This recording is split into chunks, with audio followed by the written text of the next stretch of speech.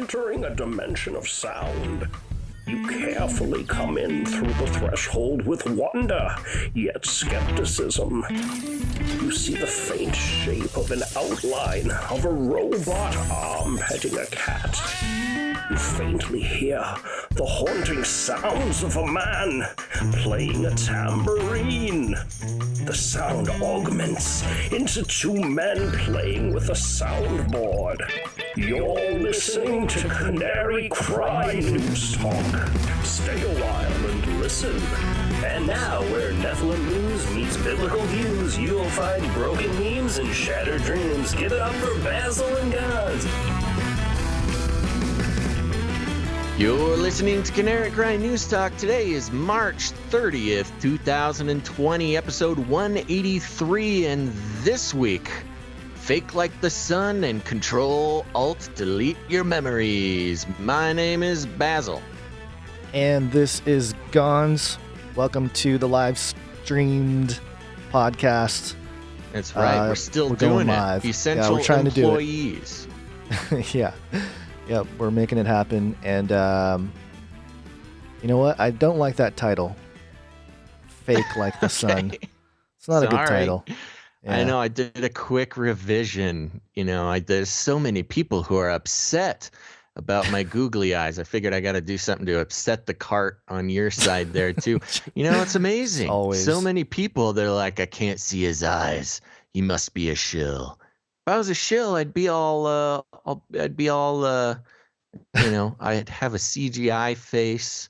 I would be so much more trustworthy if I was a shill. But anyways, today we're just going to jump right into it because we have the normal length of show today. We're going to have to be sticking with our half-hour format because we got started a little late, and Guns, you got stuff to do.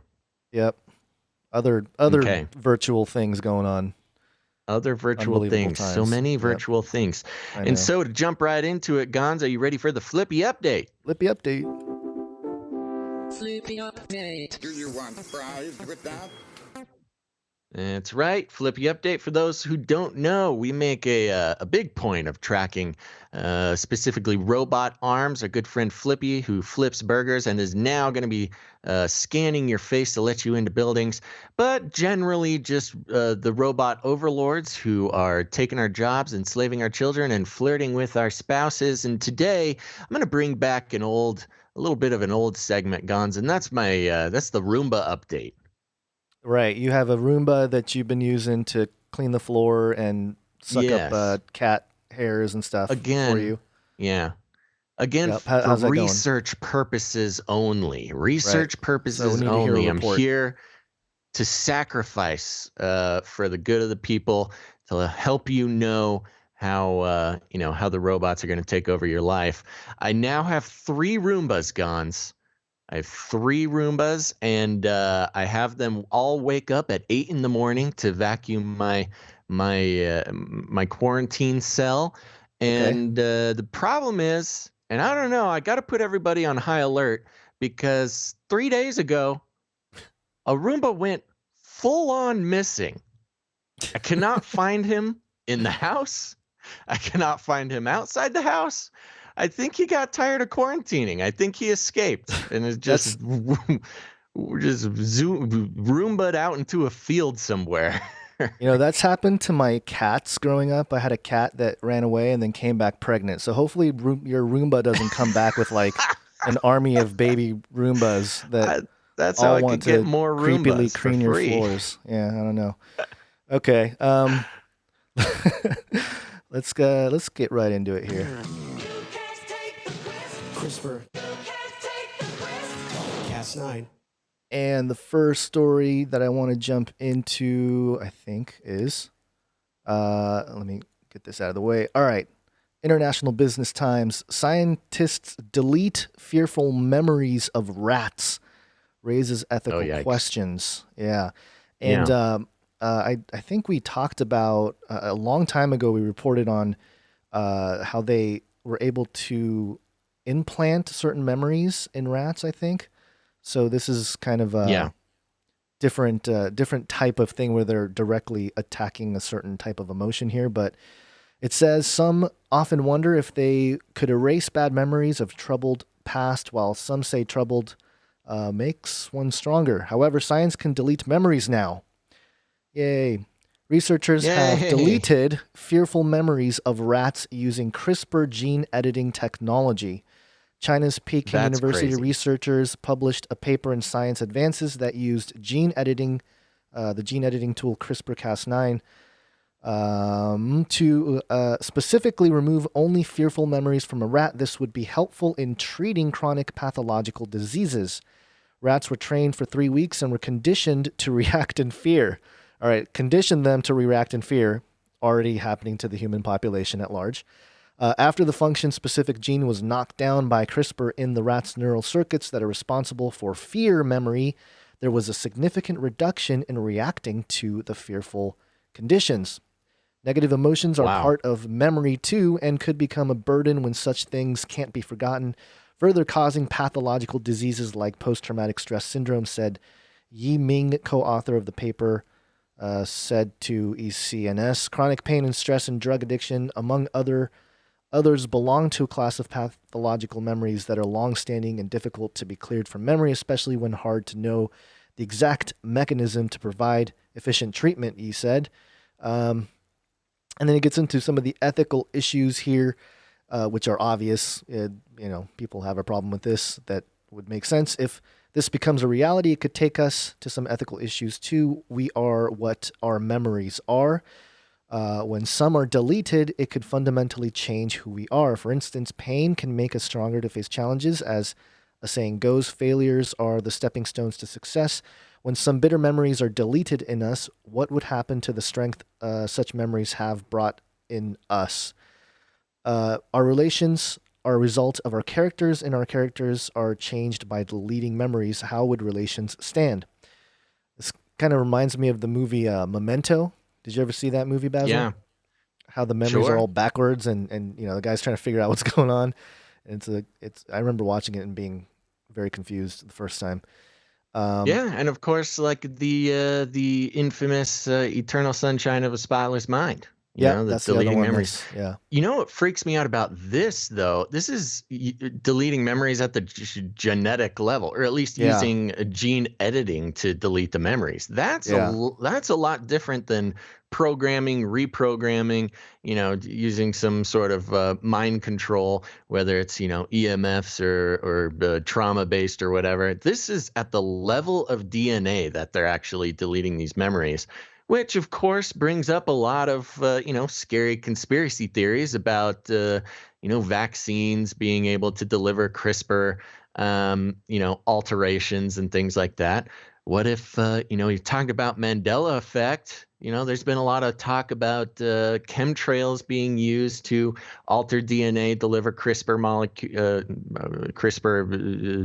solutions and things like that. nanotechnology, nanobots or something to Yeah, there you nanoparticles go. to get into our bloodstream and all that. Yeah, You yeah, get a little that could CRISPR definitely be solution going on. together, distribute it to the mass population. Boom, we all forget about something that they don't want us to remember.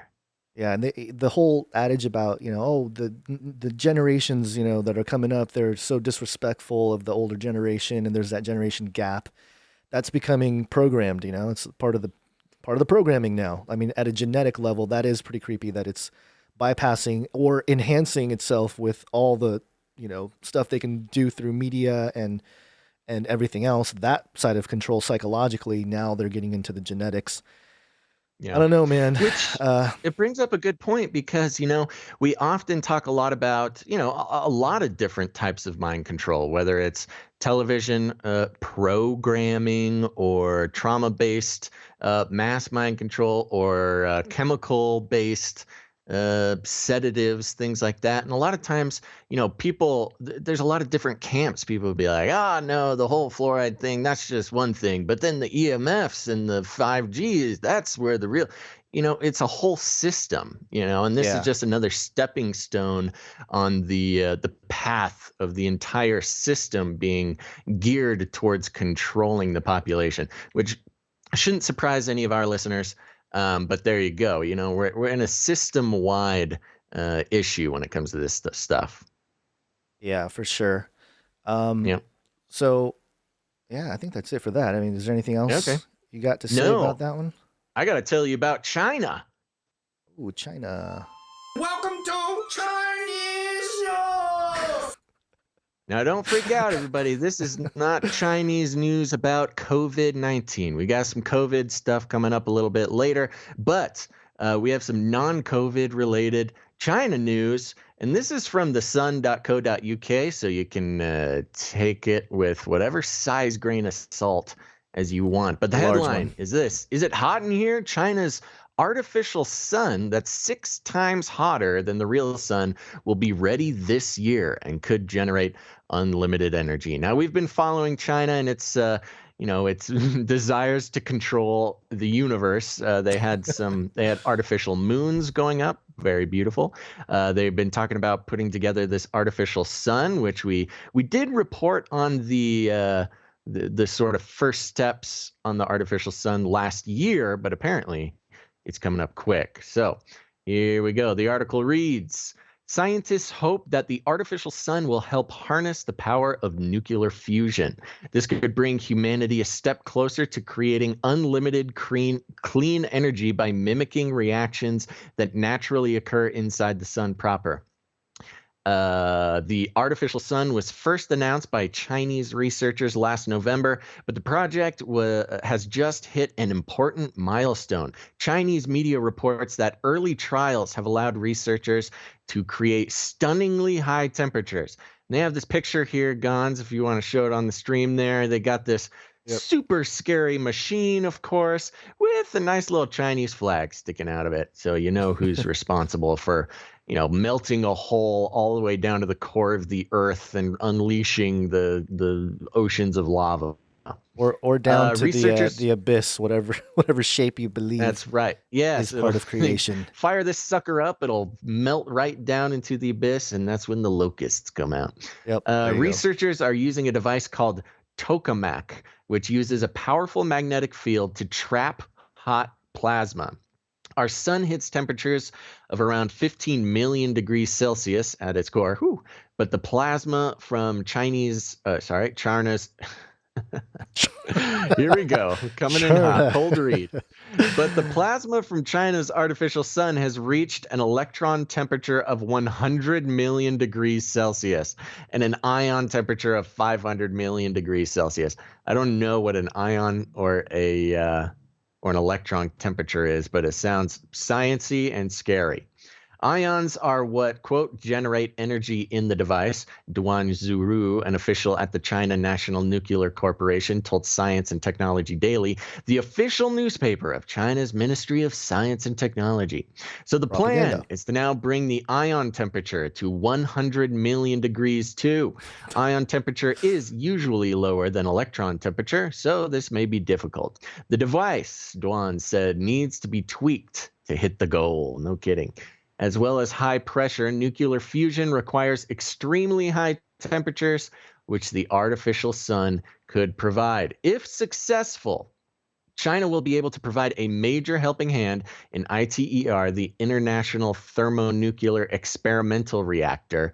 It's a major project involving scientists from 35 countries that aims to, quote, new energy sources using nuclear fusion. If nuclear fusion can be harnessed using a low energy method, it could allow for the creation of, quote, unlimited clean energy. China recently whoa, sorry, my browser just went nuts. Nope, that's the end of the article there. So there you go, Gons. I mean, this is reminiscent of some of the concerns that pop up with CERN. Over there in Switzerland, opening up some portals and things like that. I think trying to create a little mini sun on the Earth has just as many sort of spooky ramifications than anything going on over at CERN. What do you think? Well, it's interesting because on one end with CERN or with quantum computing, you got to go to the very cold. You got to make it really, really cold to make some of that work. Whereas they're going the opposite way. They're trying to harness heat as much as possible. And nuclear fusion, the rumors have been around that this type of thing has been basically harnessed for a few decades maybe. but it's just not commercialized. It hasn't really been able to be publicly released as something that's viable for energy. But those are just Right. rumors that I've heard, But hey, if it works, how If how it high does works, it? How melts a high hole through does the it? earth. Does it just shoot off the ground, or does it float in the sky? What are they planning to do here? No, Did it it's say in the just article? contained in a little metal box, basically. Okay, so you're just like Yeah. extracting energy from a little power thing, right? Gons, I'm just a podcaster, just an essential I employee of this thought I podcaster. thought you know these things with your googly I'm no eyes. I thought scientist. real. I do. I am gonna look deeper into this with my giant eyes because that does sound like something we need to have a little bit better understanding of. And Chris something in the chat room says, "You'll shoot your eye out," comes to mind, and that's exactly how I feel about China right now. Don't stare at For the your sun. own good, don't do this.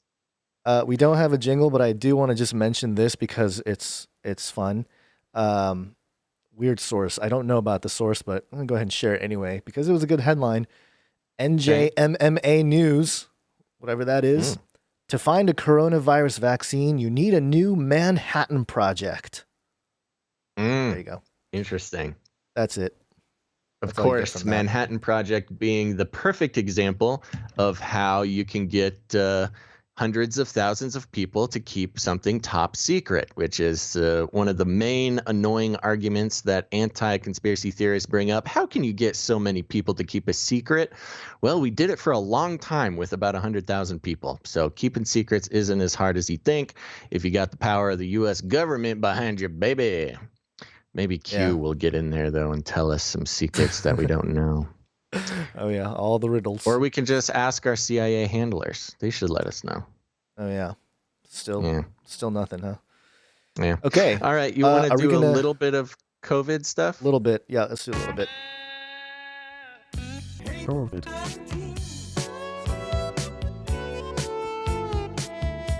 I love that. COVID. Yeah. Very good. This is a journal that was published back on November 15th of 2008. Exploration of the effectiveness of social distancing on respiratory pathogen transmission implicates environmental contributions. And that phrase social distancing has been one of interest. I know Adam Curry over at No Agenda was very upset about that phrasing, saying that it's a psychological like mind control trick, basically. And I tend to agree too, yeah. Because it's not social. It's physical distancing, not social distancing. But anyway, go ahead. That's right. If you aren't listening to No Agenda podcast, you should do that. Adam Curry brought up a great point about the term social distancing being neurolinguistically problematic, because what we're doing is not social distancing. We're physically distancing.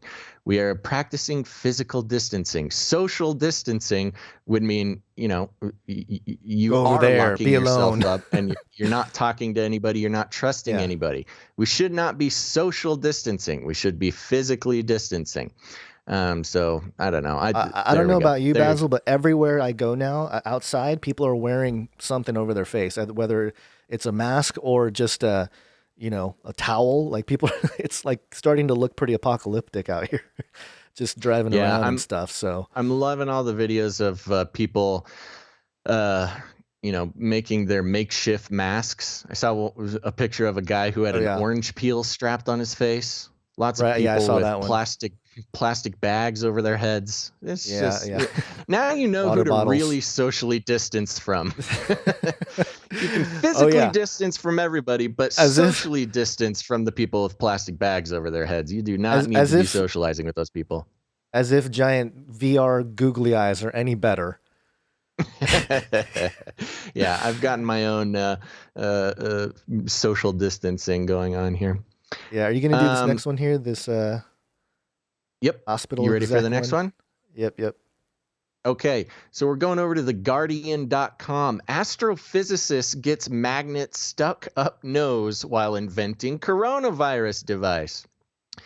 I love this. An Australian astrophysicist has been admitted to hospital after getting 4 magnets stuck up his nose in an attempt to invent a device that stops people touching their faces during the coronavirus outbreak.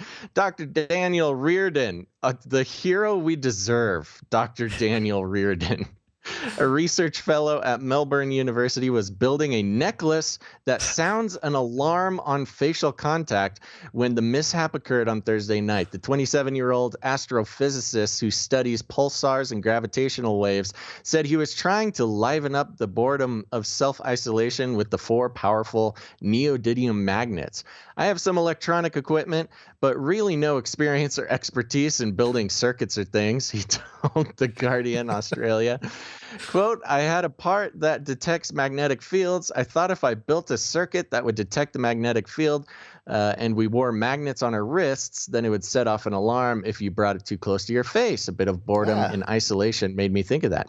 Pretty smart, sounds actually. plausible. It sounds I like plausible, but I don't know that it's, obviously However, had issues. However, the academic realized the electronic part he had did the opposite and would only complete a circuit when there was no magnetic field present. I accidentally invented a necklace that buzzes continuously unless you move your hand close to your face. After scrapping that idea, I was still a bit bored playing with the magnets. It's the same logic as clipping pegs to your ears. I clipped them to my earlobes and then clipped them to my nostrils. And things went downhill pretty quickly when I clipped the magnets to my other nostril. Oh, man. Reardon said he placed the 2 magnets inside his nostrils and the 2 on the outside and then moved the magnets from the inside of his nose to the inside stuck together. Unfortunately, the researcher then attempted to use his remaining magnets to remove that. I'm just going to keep going because this is funny. At this point, my partner who works at the hospital was laughing at me. He said, I was trying to pull them out, but there's a ridge at the bottom of my nose you can't get past. After struggling for 20 minutes, I decided to Google the problem and found an article about an 11-year-old boy who had the same problem. Wow, you really can find everything on the internet. Yeah, science. He's doing science at the same level of an 11-year-old boy and got into the same problem as that 11-year-old boy. The solution in that was more magnets. I'm sorry. Wow. This is hard. To put on the outside to offset the pull from the ones inside. As I was pulling downwards to try to remove the magnets, they clipped onto each other and I lost my grip. And those 2 magnets ended up in my left nostril while the other one was in my right. And at this point, I ran out of magnets. Before attending the hospital, Reardon attempted to use pliers to pull them out, but they became magnetized. The magnets inside his nose. Wow, every time I brought the pliers unreal. close to my nose, my entire nose would shift toward the pliers, and then the pliers would stick to the magnet, he said. It was a little bit painful at this point. My partner took me to the hospital that she works at because she wanted all her colleagues to laugh at me. The doctors thought it was quite funny, making comments like, this is an injury due to self-isolation and boredom. Oh, man, the article goes on. It's quite long, but there you go. So, necessity is the mother of invention. He was really trying to do something great for us all, and he paid the price. Thank you, Dr. Reardon, Dr. Daniel Reardon, an astrophysicist. Maybe he needs to keep his eyes on the telescope and let the medical professionals work on the coronavirus stuff. But that's right. You're the hero we need, Dr. Reardon. All right. What else you got? Reminds me of a time I got a bell stuck in my ear when I was in first grade. Mm-hmm. First grade though, so at least I got that going on. What'd you get stuck in there? A little bell. Yeah, like this little bell. ringing little jingle bell. Yeah, jingle bell. Yeah, I got plenty of Legos. But most notoriously in my family, I got a Cheerio stuck in my nose. That wasn't fun. But no, some super powerful neodymium magnets I would not want stuck up there. Yeah. Okay. Yeah. Are we going to try to do this mega church one? Let's do it quickly. And then I think we're pretty much out of time here. But this is Fox 13 News. Tampa mega church pastor arrested after leading packed service despite safer at home orders. I haven't heard that phrasing necessarily. The pastor of a Tampa megachurch is facing charges after refusing to close its doors despite a safer-at-home order in effect in Hillsborough County meant to stop the spread of COVID-19. The sheriff says up to 500 people were in attendance at Pastor Rodney Howard Brown's Sunday service. Sheriff Chad Chronister and State Attorney Andrew Warren on Monday announced that an arrest warrant had been issued for Pastor Howard Brown. He faces misdemeanor charges of unlawful assembly in violation of public health emergency order. Goes on here, quote, they have access to technology allowing them to live stream their services over the internet and broadcast to their 400 members from the safety of their own homes, but instead they chose to gather at church, Chronister said during the press conference. I don't know, I'm just picturing like, it's just such a weird situation we're in now where gathering together is not allowed to the point where this guy is just so upset that the church members got together. And I understand, but it's I don't know. There's a couple of sides to this. Of course, there's people out there who are upset that any churches are obeying the orders to not meet and moving on to Facebook. You know, regardless of what your thoughts are on that, I don't know the facts of where was this? Florida, yeah. In Florida, right? I don't know if they officially pulled permits or whatever, but it sounded like this guy, you know, was what is it called? Arrest warrant. So I mean, that's right. Yeah, that's still pretty big deal. He broke some sort of law, whether it's I'm sure it could have been a permit thing. You know, they could have got their permit pulled and still meeting, and he that still would, he still met, and then Oh, there you go. I mean, there you go. I mean, he knew what he was doing. I'm sure he knew that there was a possibility he'd get busted. And, you know, I'm sure he knew that it would make him sort of a hero. People who think certain segment, the whole church. Yeah. So there you go. But, you know, good for him. Somebody had to do it. His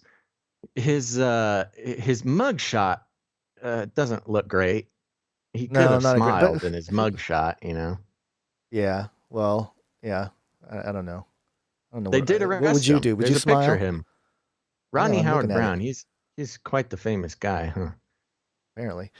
Cool. Yeah. So there you have it. You know what? I think this was a media stunt, a good one, and one that we needed. But I think he knew this was going to happen. So you think it was part of trying to take one for the team, for the church kind of deal? Like, hey, someone's got to step up and I can make my name. I don't say that to put him down. I think he took one for the team. I think he knew this was going to happen, and I think he made a good point. Cool. Yeah. Yeah. You're right that someone had to do it. So someone had to actually take the hit. You're right. I kind of agree with that. So let's wrap this up with the Nephilim update. I don't see him as a victim. Okay. Sorry, I stepped over your point. Sorry. No, it's my bad. I was going to try to slip something in here real quick. I had this sent to me by one of our wonderful producers, Lynn. This was an article. Remember the whole hydroxychloroquine thing where there was some anecdotal evidence that was going to work, and then Trump said it, and then everybody got super mad at Trump for saying it because it wasn't approved by the FDA? Yes. And some guy drank fish tank cleaner. Fish tank cleaner, but then the headlines said like Trump said it and blah blah blah. Yeah, the whole deal. Yeah. Anyways, FDA, the FDA went ahead and approved hydroxychloroquine.